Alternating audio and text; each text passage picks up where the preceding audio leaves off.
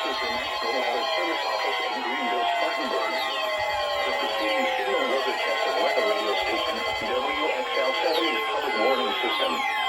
During potentially dangerous weather situations, special I didn't expect you to tone it so early. Test of the signal and receiver's performance are normally conducted between 11 a.m. and noon Wednesday.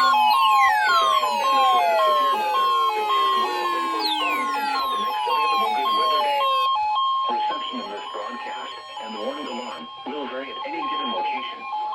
This variability, normally more noticeable at greater distances from the transmitter, can occur even though you are using a good quality receiver in good working order.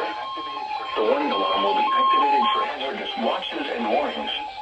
For station WXL-70, broadcasting near Charlotte on a frequency of 162.475 megahertz, the warning alarm will be activated for the following counties in North Carolina: Alexander, Anson, Cabarrus, Catawba, Cleveland, Yankton, Argyle, Lincoln, Mecklenburg, Montgomery, Richmond, Warren, and in South Carolina, New York.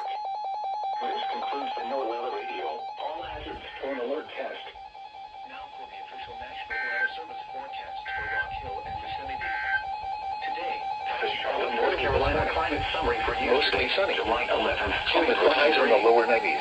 Yesterday's high temperature of 91 degrees occurred at 4:03 p.m. Not bad, although I wasn't expecting him to do it at 11:20.